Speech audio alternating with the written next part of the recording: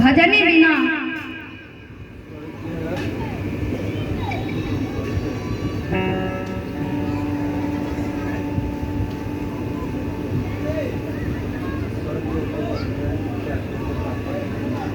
स्वर्गीय जैन नारायण मुखिया के पोता प्रदीप कुमार की तरफ से 50 रुपया दान आए हैं, 51 रुपया दान आए हैं। उन बच्चों को परमात्मा कल्याण करे, जिंदगी मंगल में रहे। बोल आनंद भगवान की। तो देखिए भजनी बिना मानव का दुर्दशा होता है। भजन के बिना यह जीव नरक में भटकता है। भजन की महिमा अगम अपार है कि हो पावे ने पार। ऐसी महिमा है भजन सत्संग का, महिमा अपार है। इसलिए कहते हैं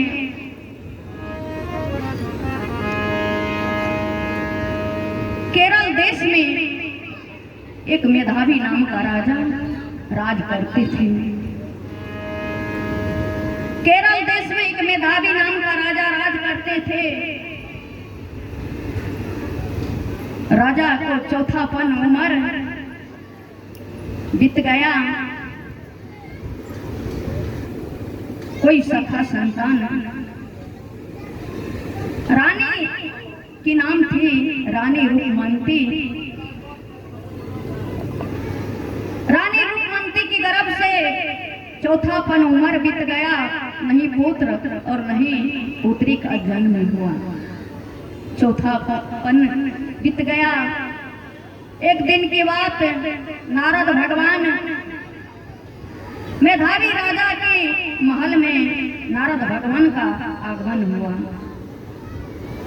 नारद भगवान का आगमन हुआ नारद भगवान जब मेधावी राजा के दरबार में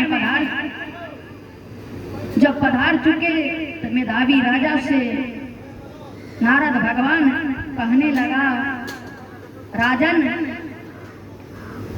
तुम बहुत उदास आज दिखाई दे रहा है, बताओ कारण क्या है। मेधावी राजा नारद भगवान से कहने लगा, भगवान क्या बताए गुरुदेव, मेरा चौथापन उम्र गुजरने चला, नहीं पुत्र का जन्म हुआ, नहीं पुत्री का जन्म हुआ, इसलिए मैं उदास होकर के बैठे हुए हूँ। नारद भगवान मेधावी राजा से कहने लगा, राजन आप तो इसी कारण से, आपकी गर्भ से, आपकी रानी रुक्मंती की गर्भ से महल में पुत्र और पुत्री का जन्म नहीं हुआ, इसी कारण से आपका आचरण ठीक नहीं है। पहले अपने आचरण को ठीक कीजिए, आपका भाग में पुत्र जरूर लिखा हुआ है, आपका भाग में पुत्र जरूर लिखा हुआ है, लेकिन आपका आचरण ठीक नहीं है। तुम एक दूसरे राज्यों से अधिक टैक्स लिया करते हो, उसी कारण से आपका पुत्र का जन्म नहीं हुआ है। आपका भागवत पुत्र का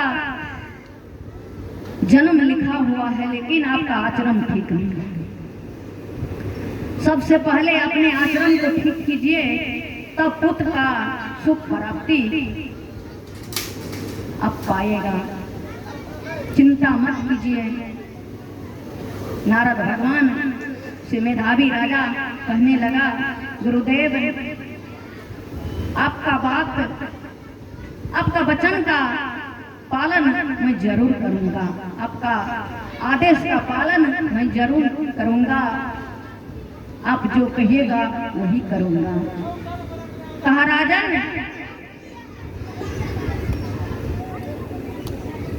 राजन सुनिए, रानी रुक्मंती के गर्भ से एक सुंदर बालक का जन्म होगा। बालक का जन्म होगा, लेकिन बामा पैर में 6 उंगलियां होगा।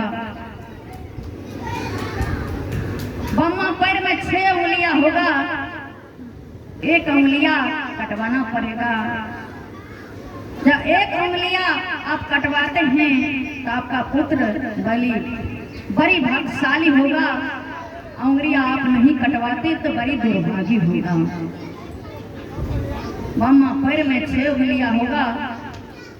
आपका रानी की गर्भ से पुत्र का जन्म होगा, नाम चंद्रहास होगा। बामा पैर में 6 उंगलियां होगा, एक उंगलियां कटवाना पड़ेगा तो बालक बड़ा भाग्यशाली होगा। अगर तुम उंगलियां नहीं कटवाएगा तो बड़ा दुर्भागी होगा। नारद भगवान की वचन मान करके मेधावी राजा नारद भगवान से कहने लगा, आप जो कहिए गुरुदेव वही करूंगा, आपका वचन का पालन मैं जरूर करूंगा, आपका आदेश का पालन मैं जरूर करूंगा। आशीर्वादी दीजिए गुरुदेव, आपकी आशीर्वादी से मैं आगे बढ़ सकूं, ताकि पुत्र का प्राप्ति कर सकूं। नारद भगवान वरदान दे करके वहां से विदा हो गया। धीरे धीरे समय बीता। कुछ दिनों के बाद रानी रुक्मंती गर्भवती हो गई। मेधावी राजा की धर्म पत्नी रानी रुक्मंती गर्भवती हो गई। कुछ दिन के बाद धीरे धीरे समय बीता। 9 महीना के बाद रानी रुक्मंती की गर्भ से एक सुंदर बालक का जन्म हुआ। सुंदर बालक का जन्म हुआ। राजा खुशी में मगन हो गया। पुत्र की जन्म की समाचार सुन करके मेधावी राजा खुशी में मगन हो गया, विभोर हो गया।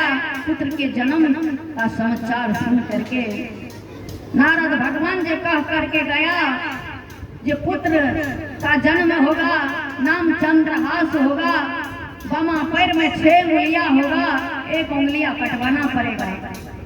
उंगलियां कटवाना राजन भूल गया, पुत्र के खुशी में उंगलियां कटवाना भूल गया।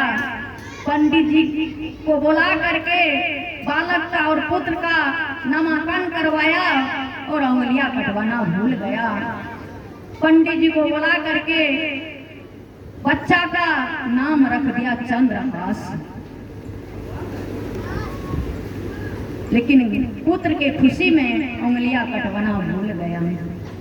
इसी कारण से धीरे धीरे समय बीता। कुछ दिनों के बाद धीरे धीरे समय बीता। उधर से कुंतलपुर का राजा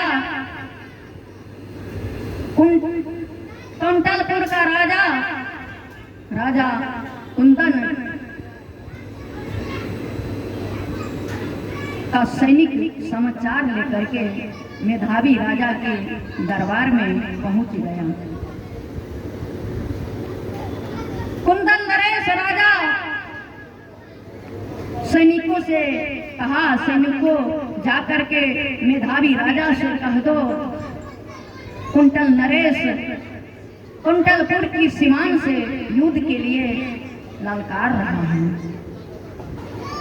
सैनिकों मेधावी राजा के महल में पहुंच गया और पहुंच के मेधावी राजा से कहने लगा,